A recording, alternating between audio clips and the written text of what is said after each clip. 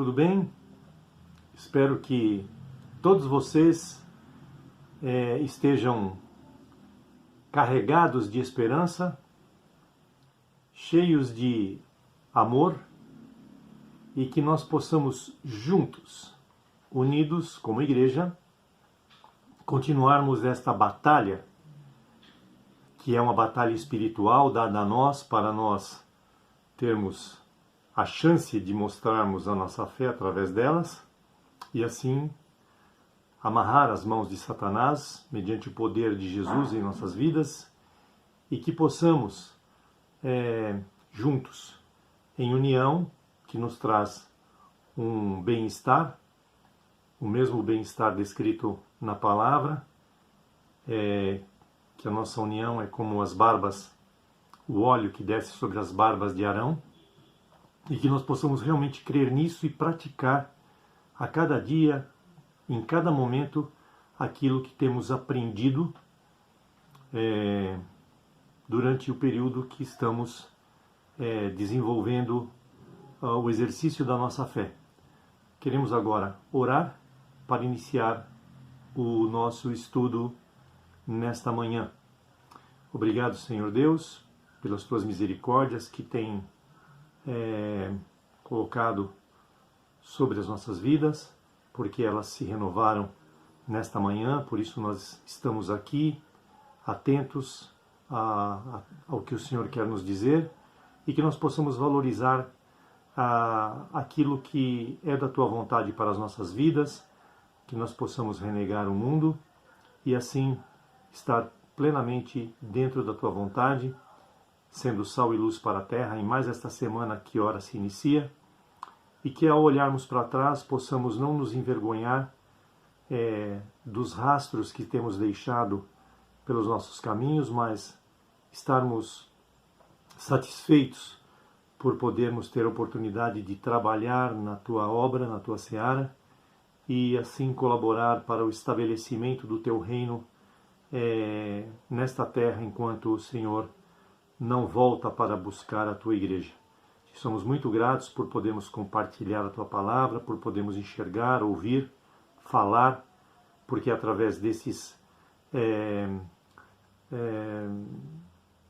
senso que nós temos em nosso corpo, através deles, desses sentidos sensoriais, que nós podemos ouvir a tua palavra, ouvir as músicas, os grandes louvores que falam a respeito da tua bondade para conosco e assim nos alegrarmos em cada dia que o Senhor tem concedido a nós.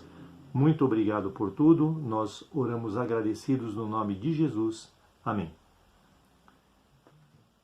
Então nós vamos agora iniciar o estudo desta manhã em mais uma escola bíblica dominical, cujo título é Altitude e Atitude. Os homens sempre tiveram curiosidade para explorar o universo. O homem é um ser curioso, por natureza. Isso tem o seu lado bom, porque é através disso que muitas conquistas tecnológicas para nos ajudar têm acontecido nos vários segmentos que nos circundam.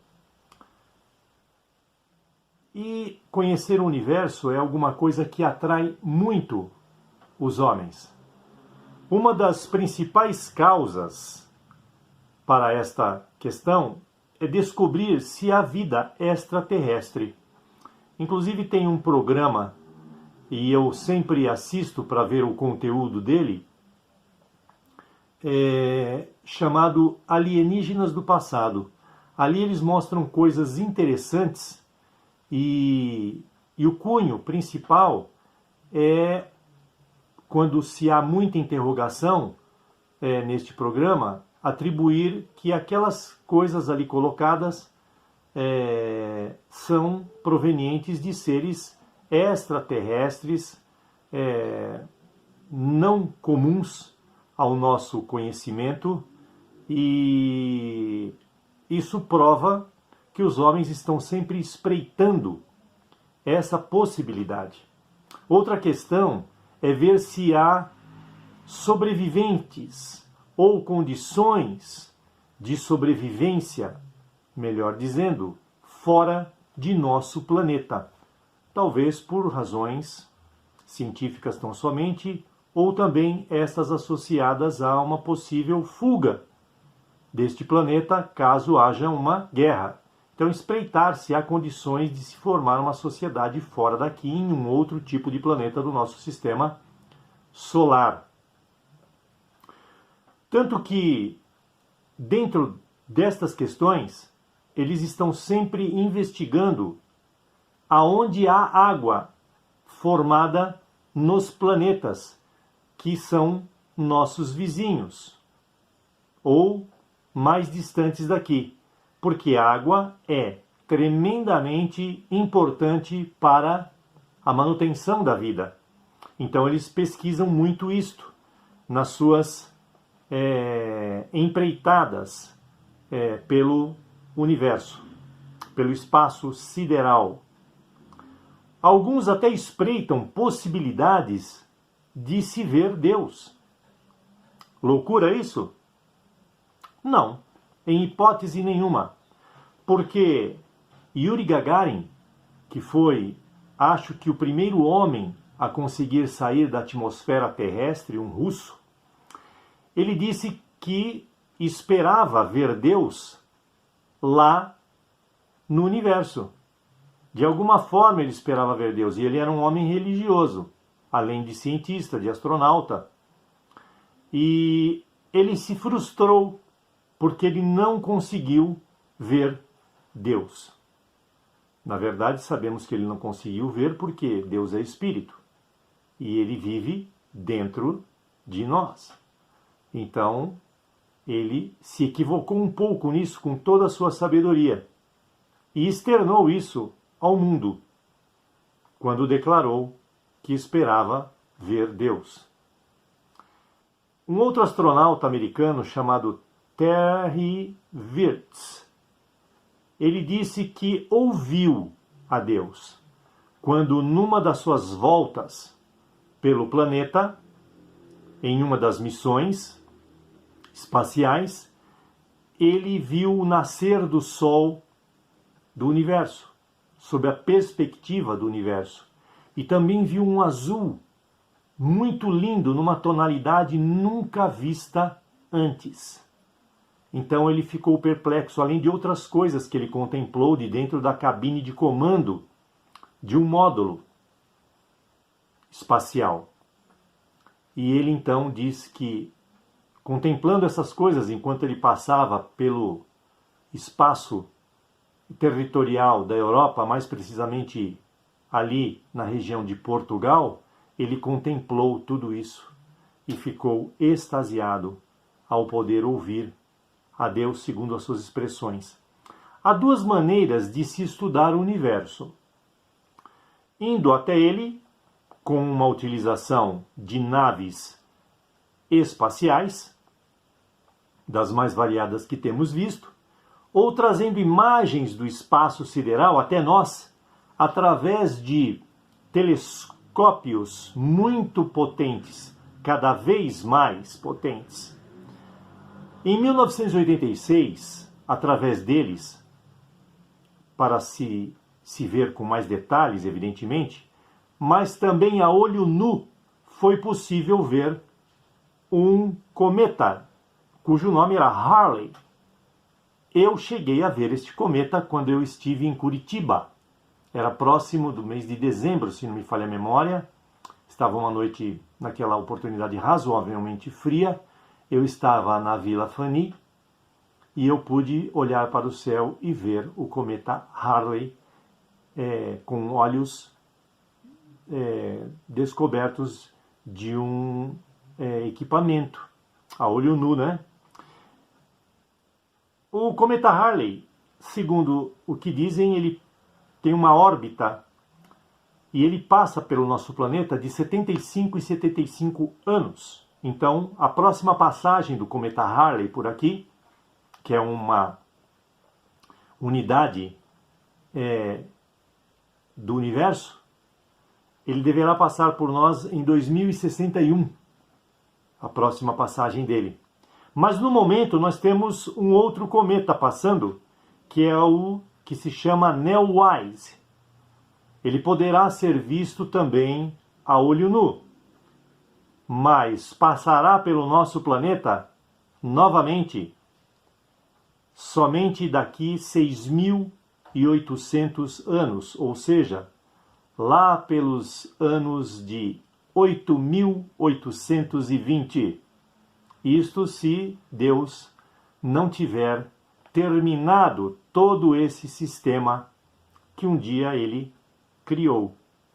Ele está agora nesse mês de julho, passando pelos céus próximos ao nosso planeta. Uma coisa muito linda, misteriosa, como essas coisas acontecem, como é grande o poder de Deus. Chegamos nessa conclusão, evidentemente. Dentre estes dois cometas,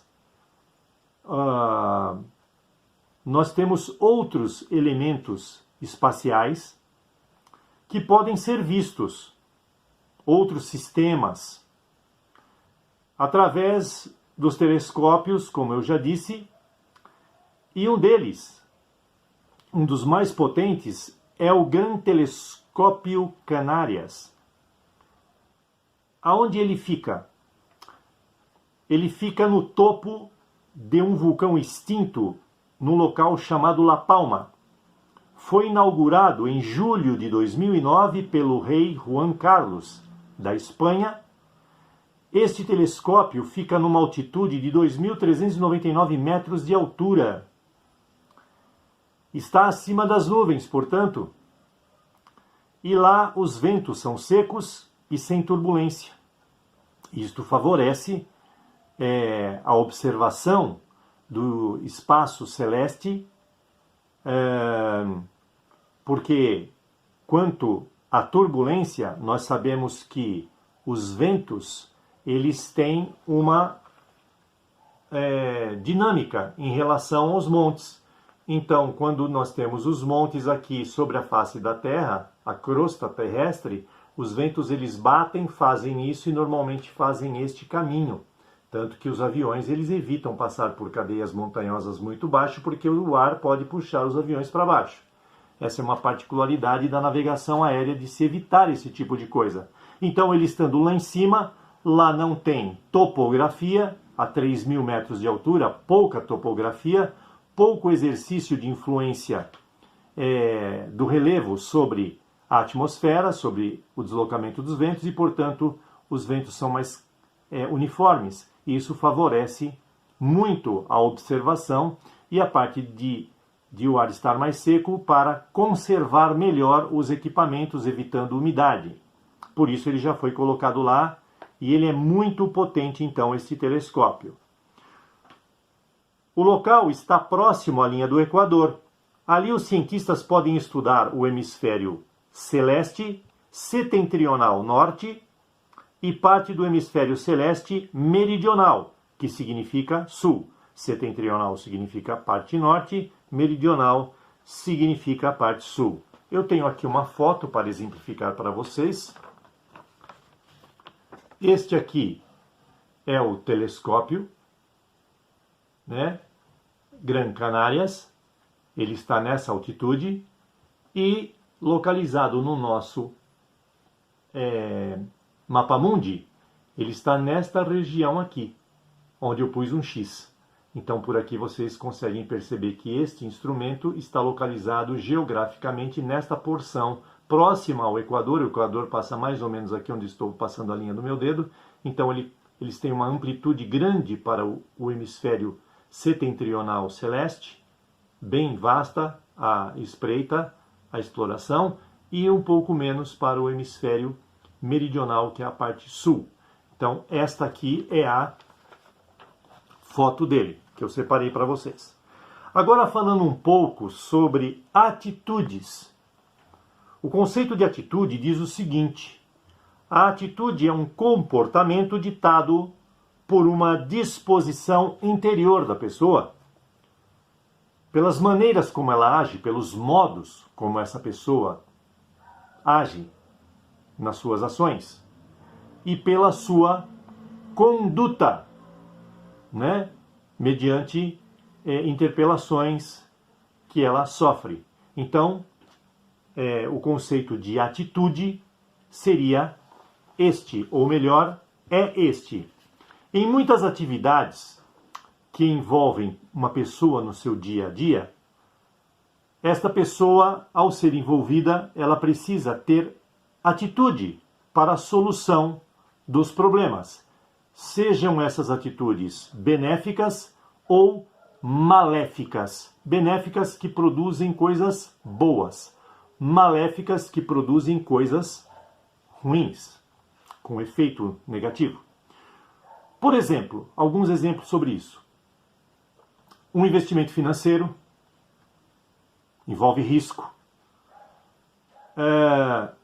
Os atalaias, né, eram pessoas que ficavam vigiando alguma coisa importante, né? Aqui nós temos a figura de um atalaia, é um soldado que está de plantão numa região estratégica, tomando conta para não ser surpreendido pelos inimigos. E aí eu gostaria de contar rapidamente uma experiência.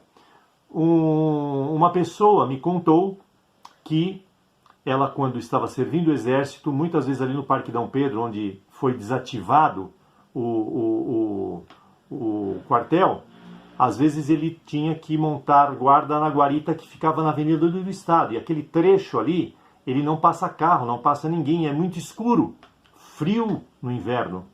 E ele não via a hora de que amanhecesse o dia, porque o medo de fantasma que tinham, de ladrões aparecerem e quererem matar a eles, era muito grande. E a palavra de Deus, isso é muito claro, a pessoa se sentir assim, porque a palavra de Deus no Salmo 130, versículo 6, relata que assim como uma pessoa almeja a salvação e a presença de Deus, ela faz uma comparação. A minha ansiedade por isto é tão grande como um guarda anseia pelo raiar da manhã. E eu presenciei esse testemunho ao vivo de uma pessoa que me falou isso.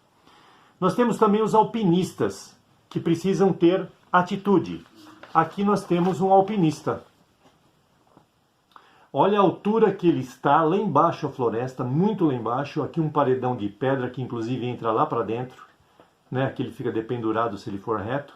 E ele está subindo um paredão de pedras e nesse ponto em que ele se encontra, não dá para voltar para trás. Se ele não tiver uma atitude de continuar subindo, ou se for o caso descendo, ele morre dependurado aqui, principalmente dependendo de onde ele se encontra, né? Na região do mundo em que ele se encontra, pode de repente vir uma neblina, né? E etc e tal, e as pessoas acabarem morrendo nessa circunstância. Nós temos também aqui que uma atitude, ou a falta dela, ou uma atitude negativa, foi tomada por um piloto da VASP. E eu tenho aqui um avião, este avião, igualzinho a este aqui, né? Nos idos anos de 80 e alguma coisa, este avião aqui estava navegando de São Paulo, aeroporto de Congonhas, para o Ceará. E num determinado momento, o copiloto falou para o comandante: eu acho que nós estamos voando muito baixo. Alguma coisa está me dizendo. Ele falou: baixo nada, rapaz, quem está no controle disso aqui sou eu. Logo, logo a gente está pousando no aeroporto internacional lá de Fortaleza. Fique tranquilo. Fique tranquilo. Quando ele falou fique tranquilo, apareceu uma mancha no visor da aeronave e eles olharam, não deu tempo de fazer mais nada. O avião se chocou contra uma serra e matou 137 pessoas por uma negligência, por uma falta de atitude ou uma atitude negativa. Houve também na história um outro piloto que estava comandando um avião como este, um Boeing 737 da Varig. Este cidadão aqui, o que ele fez? Ele precisava voar até de Brasília até uma cidade chamada Marabá, lá no Pará.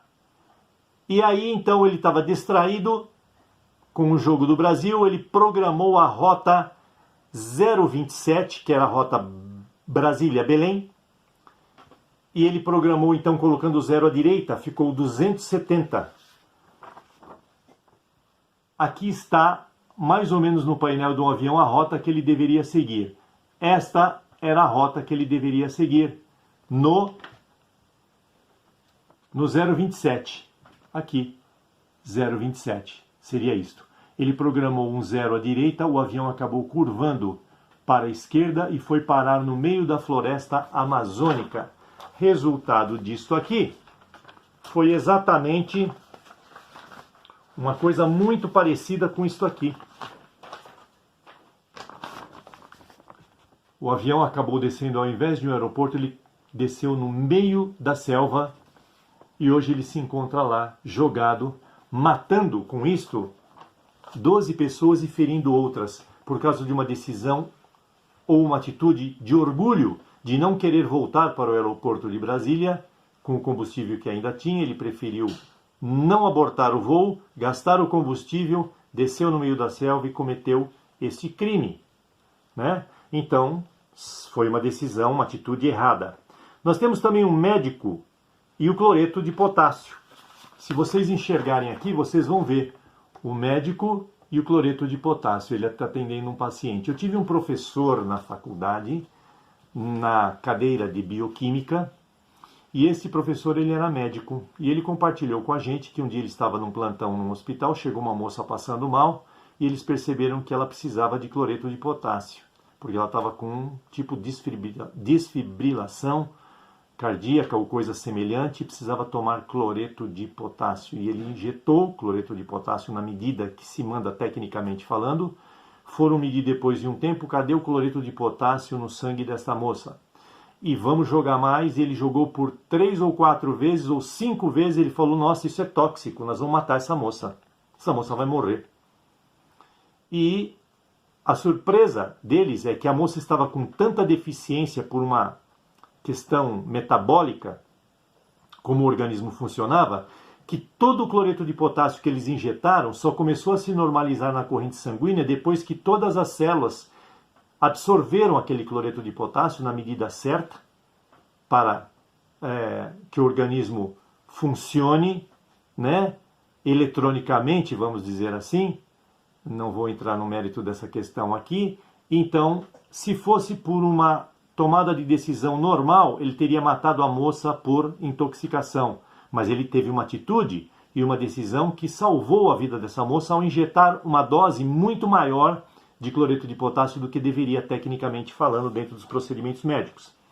Nós temos também que muitas pessoas em reuniões estão prontas para dar uma opinião que vai ser 10 na reunião e vai solucionar o problema. Mas essa pessoa, ela tem medo de falar, ela tem vergonha de falar, até que então ela fica nesta posição aqui, pensando, falo ou não falo, tenho receio, falo ou não falo, e quando ela decide falar, alguém se levanta na reunião e coloca exatamente aquilo que ela estava pensando, e quem leva o louro é esta pessoa, e quem provavelmente vai ter lucro e um bônus vai ser essa pessoa, e esta aqui vai ficar frustrada, porque não teve uma atitude decisiva no momento que era super importante. Isso pode acontecer.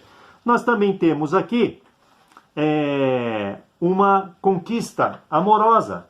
Pessoas, né, que têm dúvidas sobre, ou vergonha, ou timidez, para expor o seu sentimento para uma dessas pessoas, uma dessas mulheres, e por causa disso acaba se perdendo uma oportunidade na vida, né, por falta de uma atitude também positiva.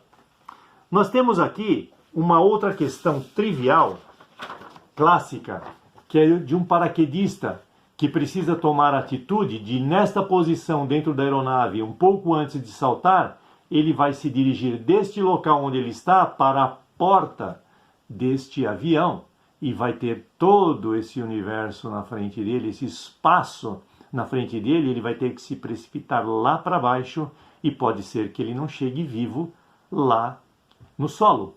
Então é um momento em que a decisão ela é super importante na vida destas pessoas. E indo um pouco mais adiante, nós temos aqui também a história bíblica dos leprosos, do livro de 2 Reis, capítulo 6, versículos 24 a 25, que cita pessoas leprosas, são pessoas doentes assim, que eram consideradas imundas, e contando rapidamente a história desses leprosos, nós vemos que eles estavam jogados para fora de Samaria, e as pessoas passavam muita fome, as mães comiam os seus filhos, o preço da comida era cara, chegando a mais do que 1 quilo de prata o pão, algumas verduras eram a preço de ouro também para serem adquiridas. E aí o que acontece? Eles têm uma atitude num determinado momento dizendo assim: se nós entrarmos na cidade, eles podem nos jogar para fora e nós estamos com fome. Como os sírios estavam circundando a cidade de Samaria, afogando eles nesta fome, eles tiveram uma ideia de ir pedir então socorro para esses exércitos, esse exército, melhor dizendo, sírio, e aí eles tiveram a brilhante ideia e foram até lá. Mas Deus manifestou o quê? Um milagre, onde os sírios escutaram um grande exército se aproximando e saíram correndo para defender as suas vidas. Estes 4 leprosos disseram assim: bom, se nós formos lá e eles nos ajudarem, viveremos. Se eles nos matarem, nós vamos morrer mesmo. E aí, nessa atitude, eles salvam as suas vidas porque eles encontram muita comida. A consciência deles depois, no versículo 7 de 2 Reis, se você ler lá, você vai encontrar. Eu tenho que ser meio rápido aqui. Eles ficam com pena dos seus compatriotas, que não tinham pena deles, porque achavam que eles eram pessoas nojentas, imundas, e eles então relatam para os sírios, ou melhor, os samaritanos, que os assírios tinham ido embora e que eles poderiam ir lá e pegar a comida, como eles tinham feito, matado a sua fome. E aí as pessoas se fartaram de trigo, de pão, e de 1 quilo de prata que custava o pão passou a custar 100 gramas de prata. Baixou o preço das coisas porque o povo estava com abastança naquele momento. Então, graças aos 4 leprosos, a uma atitude positiva, o povo de Samaria foi liberto por uma ação milagrosa também de Deus. Pois bem, nós muitas vezes podemos parecer leprosos, muitas vezes, né? Quando nós vamos, por exemplo, evangelizar pessoas, e estas pessoas, elas agem de uma forma ruim para conosco. Você apresenta o Evangelho, prega o Evangelho, e as pessoas fazem pouco caso daquilo que é apresentado. Então nós nos assemelhamos muitas vezes a pessoas leprosas quando nós não somos bem-vindos por vivermos o Evangelho e querermos pregar a salvação a outras pessoas. E a palavra de Deus em Mateus 5, numa parte de Mateus 5, nas bem-aventuranças, diz que nós somos encarados dessa forma. Não diz leprosos, mas nós somos encarados dessa forma, como sendo perseguidos moralmente, ou eticamente, ou politicamente, ao apresentarmos a palavra de Deus. Mas isso não deve ser palco de nós nos furtarmos de pregar o tempo todo e todo o tempo a palavra de Deus. Muito bem. Entre altitudes e atitudes, temos um exemplo máximo que une as duas coisas numa só. É Jesus, o nosso Senhor. Jesus escolheu uma encosta no Monte das Beatitudes, ou Monte das Bem-aventuranças, próximo ao Mar da Galileia, para pregar a palavra. Ali ele ensinou os seus seguidores sobre as características de uma vida sujeita a Deus nessa encosta. E o importante, para se ter uma visão clara disto, não é estar na altitude, como eles estavam naquela encosta, mas ser capaz de ter uma atitude com relação ao que se ouve e se aprende a respeito da palavra de Deus para que a mesma possa ser aplicada. Como eu disse em Mateus 5, nós vemos e lemos muitas coisas que nos auxiliarão a desenvolver bem a vida cristã para que a mesma seja saudável e produtora de frutos, produzindo arrependimento, perdão, coração limpo e uma vida totalmente dependente de Deus. Isto tudo, dentre outras coisas, trazem plena felicidade a uma pessoa. Bem-aventurado significa ser bem feliz. O que tem impedido você de ter atitude para com Deus? Orgulho? Medo? Preguiça? Tradição? Opinião? Conhecimento? Então, a altitude a Deus, melhor dizendo, em relação a Deus, é necessário que, bem lá no topo, acima de qualquer coisa, devemos ter atitude para que nele alcancemos a plenitude para o nosso viver. A altitude é um bom lugar para se contemplar estrelas, mas a atitude leva à pura plenitude de vida e a uma vida satisfatória aos olhos de Deus. Assim, nós terminamos o estudo desta manhã e eu peço a Deus que esteja derramando bênção sem fim na vida de cada um de vocês e que vocês tenham novamente uma semana nova, cheia de vitórias e de boas perspectivas. Deus os abençoe.